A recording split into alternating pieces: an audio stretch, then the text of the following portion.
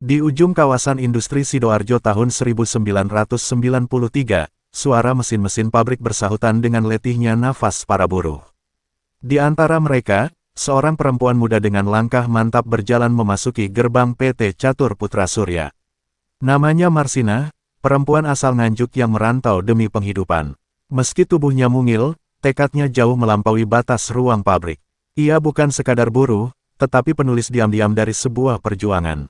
Marsina bukan orang sembarangan. Ia dikenal oleh rekan-rekannya sebagai seorang pemikir yang rajin mencatat. Buku kecil yang selalu dibawanya berisi catatan tentang jam kerja, upah, dan peraturan ketenagakerjaan. Ia membaca undang-undang ketenagakerjaan layaknya kitab suci, dan memperdebatkannya dengan cermat. Baginya, setiap pasal adalah hak, bukan sekadar tulisan kosong. Gaji yang tak sepadan, jam kerja yang panjang, serta tekanan dari atasan bukanlah hal baru di pabrik itu. Namun tak semua buruh berani bersuara. Marsina berbeda. Ia sering kali menjadi penyambung lidah bagi rekan-rekannya yang hanya berani mengeluh di sela-sela waktu makan siang. Keberaniannya bukan karena ia tidak takut, tetapi karena ia tahu diam berarti tunduk. Pada bulan April tahun 1993, pemerintah menetapkan upah minimum regional sebesar Rp2.250 per hari. Namun, PT Catur Putra Surya tidak serta-merta mematuhi aturan itu. Marsina bersama kawan-kawan menuntut hak tersebut. Mereka menyampaikan aspirasi melalui jalur resmi, menulis surat kepada Dinas Tenaga Kerja, melakukan mediasi internal, dan akhirnya merencanakan aksi mogok kerja. Marsina tahu risikonya besar. Dalam sistem otoriter Orde Baru, serikat buruh independen nyaris mustahil. Namun dia percaya, hak tak bisa dibeli dengan takut. Ia tetap bekerja dengan disiplin, tapi pikirannya melayang ke ide-ide perlawanan. Ia membaca buku karya Pramudia secara sembunyi-sembunyi, menuliskannya ulang agar tidak hilang. Dalam hatinya tumbuh api yang perlahan-lahan membesar. Pagi itu, tanggal 3 Mei tahun 1993, suasana di pabrik berbeda dari biasanya. Puluhan buruh berdiri berbaris dengan wajah tegang. Di hadapan mereka, manajemen dan aparat militer berdiri berjajar, seolah hendak menggiring para buruh seperti tawanan. Marsina berdiri paling depan, dadanya berdebar, namun wajahnya tetap tenang. Ia tahu hari itu akan menentukan arah dari perjuangan mereka, tunduk atau bangkit. 18 orang buruh dipanggil satu persatu oleh pihak manajemen dan dipaksa menandatangani surat pengunduran diri. Tak ada ruang untuk penolakan. Tekanan datang bukan hanya dari perusahaan, tapi juga dari aparat militer yang terlibat langsung. Sementara itu, Marsina yang tak dipanggil merasa ada yang janggal. Ia tahu, jika diam, maka kebusukan ini akan membusuk lebih dalam lagi. Setelah jam kerja, Marsina pulang ke kosnya yang sederhana di Jalan Dinoyo, Surabaya. Malam itu ia menulis panjang di buku hariannya. Ia mencatat seluruh kejadian hari itu dengan rinci, nama-nama buruh yang dipecat, siapa yang hadir dalam pertemuan, dan tekanan dari militer. Catatan itu seperti wasiat, ia tahu betul apa yang ia tulis bisa jadi alat bukti atau justru menjadi alasan dirinya dibungkam. Tanggal 4 Mei tahun 1993, Marsina pergi ke Dinas Tenaga Kerja Sidoarjo. Ia tidak hanya mengadukan pemecatan sepihak, tetapi juga keterlibatan militer dalam konflik buruh, sesuatu yang tabu saat itu. Ia bicara dengan tenang, menyodorkan bukti tertulis, dan menyuarakan keadilan atas nama para buruh. Pegawai dinas itu terkejut dengan keberanian Marsina, seorang perempuan muda yang berbicara seolah ia seorang pengacara. Sore hari setelah mengadu, Marsina tidak kembali ke kos. Rekan kosnya mulai resah, telepon tidak diangkat, dan pencarian dilakukan ke berbagai tempat, kantor dinas, pabrik, rumah sakit. Namun semuanya nihil. Dalam sekejap, Marsina menghilang dari peredaran. Hilangnya seorang buruh tidak pernah menjadi berita besar, kecuali jika buruh itu bernama Marsina. 4 hari kemudian, pada tanggal 8 Mei tahun 1993, tubuh Marsina ditemukan di hutan jati di Desa Jegong, Kecamatan Wilangan, Kabupaten Nganjuk.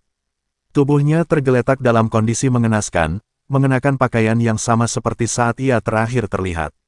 Luka-luka menganga di sekujur tubuhnya, memar di wajah, luka di alat vital, dan tulang yang patah. Siapapun yang melihatnya tahu, ini bukan kematian biasa.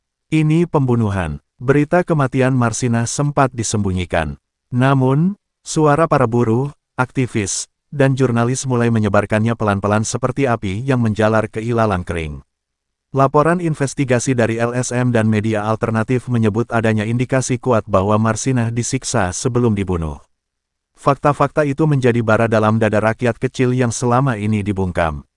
Pemerintah awalnya bungkam, tidak ada pernyataan resmi, tidak ada penyelidikan terbuka. Namun tekanan masyarakat sipil semakin kuat. Serikat buruh, mahasiswa, dan aktivis HAM dari berbagai kota mulai turun ke jalan. Mereka membawa poster wajah Marsinah, menyuarakan satu tuntutan, usut tuntas pelaku pembunuhan Marsinah. Ini bukan hanya soal kematian seorang buruh, ini tentang keberanian yang dibalas kekejaman. Kepolisian akhirnya menetapkan beberapa tersangka, namun semuanya adalah pihak manajemen pabrik. Publik tidak percaya, bukti-bukti yang dikumpulkan menunjukkan kemungkinan keterlibatan militer, namun jalur hukum tak pernah sampai ke sana. Seolah ada tembok besar yang melindungi pelaku sesungguhnya. Proses peradilan berubah menjadi sandiwara, dan keadilan menjadi lelucon pahit. Marsinah pun menjadi simbol, wajahnya dicetak di spanduk-spanduk aksi, namanya diteriakkan di kampus-kampus, kisahnya dibacakan dalam puisi-puisi perlawanan. Ia menjadi roh dalam setiap aksi buruh dan mahasiswa yang melawan ketidakadilan. Meski tubuhnya telah dikubur, suaranya justru tumbuh menjadi gema yang tak bisa dibungkam. Ia telah gugur, tapi perjuangannya tidak. Dunia internasional pun mulai menaruh perhatian pada kasus Marsinah. Amnesty International mengeluarkan pernyataan resmi, mendesak pemerintah Indonesia untuk melakukan investigasi independen. Berbagai organisasi buruh di Eropa dan Asia menyuarakan solidaritas. Nama Marsinah melampaui batas geografis, menjadi simbol perempuan pekerja yang berani menantang penindasan dalam struktur otoriter. Namun, di dalam negeri, tekanan juga menguat pada keluarga Marsinah. Ayahnya yang seorang petani sederhana di Nganjuk sempat mengalami intimidasi. Beberapa aktivis yang menyelidiki kasus ini dilaporkan mengalami penguntitan hingga kekerasan. Kasus Marsinah tidak hanya menjadi ujian hukum, tetapi juga menjadi medan tempur antara suara rakyat dan kekuasaan yang represif. Masyarakat mulai mengaitkan pembunuhan Marsinah dengan pola yang lebih luas, tentang pembungkaman aktivis dan penggunaan militer untuk kepentingan bisnis. Sejumlah tokoh HAM menyebutnya sebagai pembunuhan sistematis.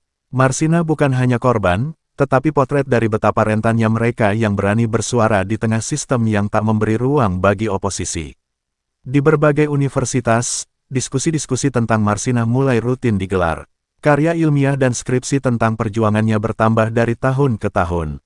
Dalam dunia seni, puisinya dibacakan di panggung-panggung teater. Lagu-lagu diciptakan, film dokumenter dibuat, semuanya demi menjaga agar nama Marsinah tak hilang dari ingatan kolektif bangsa. Meski begitu, keadilan tak kunjung datang. Tahun berganti, reformasi datang, namun pelaku utama pembunuhan Marsinah belum pernah tersentuh. Setiap tahun, peringatan kematiannya diperingati dengan renungan dan aksi diam. Di tengah lilin-lilin yang menyala, suara para buruh dan mahasiswa tetap lantang, Marsinah belum mati. Ia hidup dalam semangat kami. Tahun 1998, rezim Orde Baru tumbang. Banyak aktivis menganggap ini sebagai peluang emas untuk membuka kembali kasus-kasus lama, termasuk pembunuhan Marsinah. Harapan muncul, bahwa keadilan yang tertunda akan akhirnya ditegakkan. Namun realitas tak seindah itu. Pemerintahan baru mewarisi banyak luka lama, dan birokrasi hukum yang masih setia pada warisan masa lalu. Beberapa LSM kembali mendorong pengadilan ulang atas kasus Marsinah. Bukti-bukti baru dikumpulkan, saksi-saksi diajak bicara, bahkan permintaan penyelidikan independen kembali diajukan ke Komnas HAM.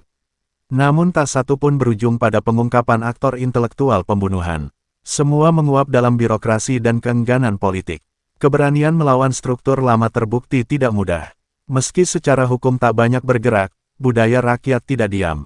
Dalam peringatan Hari Buruh setiap tanggal 1 Mei nama Marsinah terus disebut. Ia tidak pernah absen dari panggung-panggung orasi. Para buruh muda, bahkan yang belum lahir saat Marsinah gugur, tetap menjadikannya ikon. Kisahnya diajarkan dalam diskusi akar rumput, disampaikan dalam forum-forum pendidikan alternatif.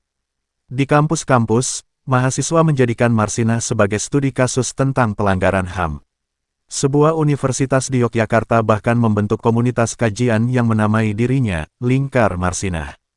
Di Jakarta, Mural wajahnya di tembok kampus Universitas Indonesia sempat dicat ulang oleh otoritas, tapi dicoret lagi oleh mahasiswa dengan pesan, "Tak bisa kalian kubur Marsinah, ia hidup dalam kami." Bahkan dalam dunia digital, kisah Marsinah menjelma menjadi bentuk-bentuk baru, film dokumenter di YouTube, artikel panjang di media alternatif, hingga podcast yang membahas jejak-jejaknya. Generasi muda yang tak mengenalnya secara langsung kini mengenal kisahnya dengan cara yang baru. Semangat Marsinah terbukti tak bisa dibungkam waktu, tak bisa dipadamkan sejarah.